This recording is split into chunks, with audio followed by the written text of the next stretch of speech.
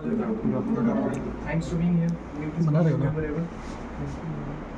किसी को भी कार्डियक अरेस्ट आए, मतलब अचानक से दिल उसका काम करना बंद कर दिया, पंपिंग एक्टिविटी जो है दिल का वो काम करना बंद कर दिया, तो हम लोग क्या करेंगे? व्हाट वी डू, या तो हॉस्पिटल लेके जाएंगे या तो इमरजेंसी टीम को कॉल करेंगे। तो शायद हॉस्पिटल लेके जाते जाते या मेडिकल टीम को आते आते देर हो जाए और उस व्यक्ति की मौत हो जाए, क्योंकि बॉडी का सबसे वाइटल ऑर्गन कौन सा है? हार्ट, जिससे सारे ऑर्गन कनेक्टेड है। किस पर्पस के लिए? ब्लड पाने के लिए। अगर वही ब्लड पंप नहीं करेगा तो बाकियों को मिलेगा? नहीं मिलेगा। तो हॉस्पिटल लेके जाने से पहले और मेडिकल टीम के आने से पहले एक प्रोसीजर है जिसको हम परफॉर्म करके जो दिल, जो हमारा हार्ट काम करना बंद कर दिया है, उसको दोबारा से रीस्टार्ट कर सकते हैं।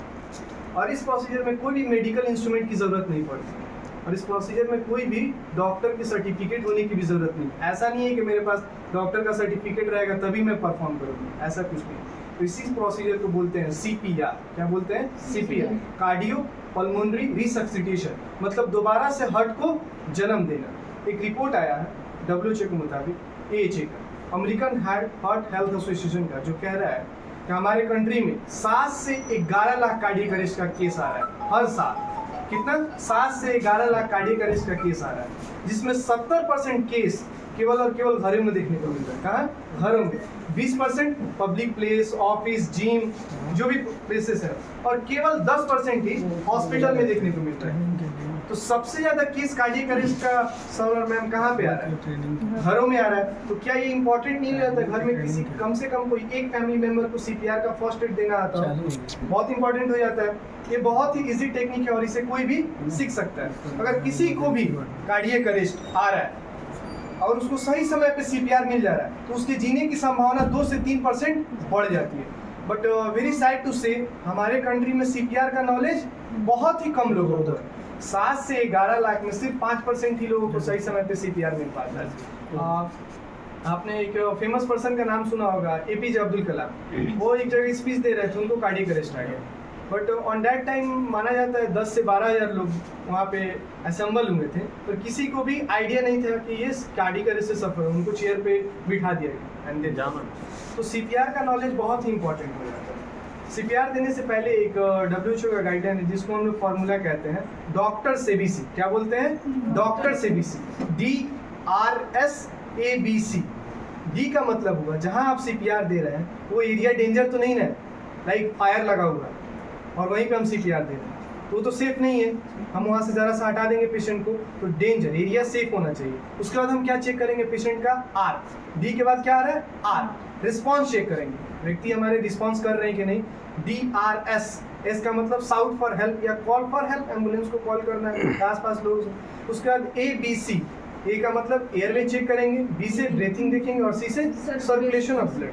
एंड नाउ हम और आप खड़े हैं, मेरे सामने कोई व्यक्ति गिर गया, अब हमको और आपको कैसे पता चलेगा कि इनको कार्डियक अरेस्ट किया है, इनका दिल ही काम करना बंद कर दिया? लाइक हेडेक भी हो सकता है, कोमा में जा सकते हैं, सीजर का भी साइन आ सकता है, डिफरेंट टाइप ऑफ डिजीज है, किसी की वजह से भी गिर सकते हैं। हम और आप पहचानेंगे कैसे कि इनको कार्डियक अरेस्ट किया है? तो 3 कार्डिनल साइन है, 3 कार्डिनल साइन। मेरे सामने ये व्यक्ति गिरे, देख रहा हूँ मैं, खड़े थे और अचानक से गिर गए। मैं इनके पास गया, अगर मैं नाम जानता हूँ तो नाम के साथ, नाम नहीं जानता फिर भी इज्जत के साथ सर के पास गया, एक पोजीशन में खड़ा हुआ। बॉडी कैसा होना चाहिए? किस पोजीशन में? सुपाइन पोजीशन, ठीक है। एक साइड में खड़ा होकर बॉडी को मैंने टैप किया, sir sir sir sir sir sir sir. तो कोई रिस्पॉन्स नहीं कर रहे, इसका मतलब सर कॉन्शियस नहीं है, सर क्या हो चुके हैं? अनकॉन्शियस हो चुके हैं। दूसरा साइन से करेंगे, सर सांस ले पा रहे हैं कि नहीं, तो अपने कान को नाक के पास लेके जाएंगे, ना ही सर इंस्पायरेशन कर रहे हैं और ना ही सर एक्सहेलेशन कर रहे हैं, मतलब सांस ना ही ले पा रहे हैं और सांस ना ही छोड़ पा रहे हैं। तो दूसरा साइन भी हमको क्या मिला? 0 मिला। तीसरा sign, one of the most important thing, pulse check करें। नॉर्मली हम रेडियल आर्टरी का पल्स चेक करते हैं, बट नहीं, हम कैरोटिड आर्टरी का पल्स चेक करेंगे। अगर एडम एप्पल के साइड में रखिएगा 3 फिंगर, तो यहाँ भी पल्सेशन आपको फील होगा, हो रहा है। तो कार्डियक अरेस्ट में क्या होता है? ये पल्स आना बंद हो जाता है। तो हमने देखा कि सर ना ही होश में है, ना ही सर सांस ले पा रहे हैं और ना ही सर का पल्स चल पा रहा है। तो हम समझ जाएंगे सर किस चीज़ से सफ़र कर रहे हैं? कार्डियक अरेस्ट से। और ये तीनों चीज़ हमको कितने देर में एसेस कर लेना है? 10 से 12 सेकेंड में। अब हम समझ गए कि सर किस चीज़ से सफ़र कर रहे हैं? कार्डियक अरेस्ट से अब हमको क्या देना है, सीपीआर। सीपीआर का दो हिस्सा होता है, एक तो चेस्ट कंप्रेशन और दूसरा माउथ ब्रीथिंग।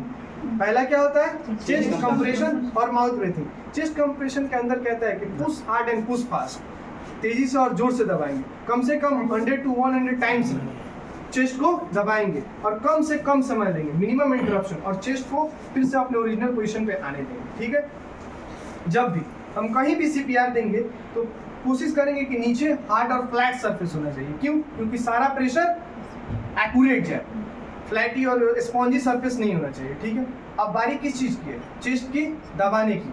तो मैं यहाँ भी दबा सकता हूँ, यहाँ भी दबा सकता हूँ, यहाँ भी दबा सकता हूँ, बट नहीं, उसका सर एक एग्जैक्ट लोकेशन होता है। क्या? उसका एक एग्जैक्ट लोकेशन। ये दोनों निपल है मेरा, स्टर्नम के बीचों बीच अपना डोमिनेंट हैंड रखना है। कौन सा हैंड रखना है? Dominant hand. डोमिनेंट हैंड किस हाथ को बोलते हैं? जिस हाथ से आप 24 घंटा में सबसे ज्यादा काम करते हैं। That hand is your dominant hand. मैंने डोमिनेंट हैंड को ऐसे रखा और ऐसे लॉक किया, लॉक किया, ऐसे किया, और देखिए मेरा जो ये हाथ है, हाथ एकदम लूज है, मैंने इसको स्ट्रेट और इंटरलॉक कर लिया। जब मैं लॉक कर लूंगा, इस लॉक को ब्रेक नहीं टूटना चाहिए, वी शेप है, बॉडी का सारा प्रेशर इस पे आ रहा है। अब मैं दबाऊंगा, 1 सेकेंड में 2 बार दबाऊंगा, तो 15 सेकेंड में कितना बार दबा दूंगा? 30 बार, और 30 सेकेंड में 60 बार, और 1 मिनट में 120 बार। जो मैं दबा रहा हूँ उसमें गहराई भी होनी चाहिए। क्यों? क्योंकि वो प्रेशर अंदर जाएगा तब ना हार्ट दोबारा से मेरा रीस्टार्ट और रीएक्टिवेट होगा। हर 15 सेकेंड में 30 कंप्रेशन के बाद हम क्या करेंगे? 2 बार माउथ ब्रीथिंग लेंगे, नोज को पिंच करेंगे, चीन को लिफ्ट करेंगे, और ऐसे ब्रेक करके 2 बार माउथ ब्रीथिंग। कम से कम 5 to 7 मिनट तक साइकिल कंटिन्यू रखना है। ठीक है, आप अगर अकेले हैं तो किसी के हेल्प भी ले सकते हैं। ठीक है, अब मैं जरा इस इंस्ट्रूमेंट के बारे में बताता हूँ। कितने सेकंड में, कैसे? कितने कंप्रेशन पर? 30 कंप्रेशन के बाद 2 माउथ ब्रीथिंग। 30 कंप्रेशन और अब बोलना पता 15 सेकंड में। इसको मैं जरा एक्सप्लेन कर देता हूँ। ये एडी है, ठीक है, एडी, इसको क्या बोलते हैं? AED, automated external defibrillator. ये क्या करता है? इलेक्ट्रिक शॉक प्रोवाइड करता है। क्या करता है? इलेक्ट्रिक शॉक प्रोवाइड करता है। कंट्रोल अमाउंट में अगर नेसेसरी है तो। ये क्या करता है? जो हमारे हार्ट है, हार्ट के अंदर कुछ सिस्टम्स है, इलेक्ट्रिकल सिस्टम्स है, जहाँ से इम्पल्सेस प्रोड्यूस होते हैं। SA node, AV node, AV bundle and myocardium में पुल्किंजे फाइबर चला जाता है। तो उसमें ये इम्पल्सेस प्रोड्यूस करता है, इलेक्ट्रिक पल्सेस। मैं इसको लगाता हूँ, ठीक है। ये पैड प्लेसमेंट है, ठीक है।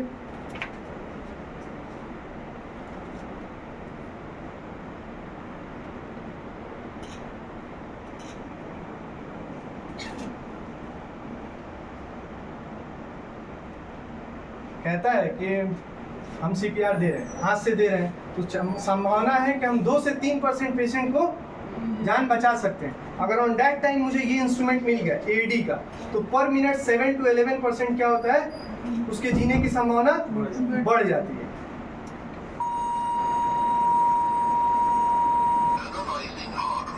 हार्ट रिदम को एनालाइज कर रहा है, तब तक पेशेंट को टच नहीं करना है।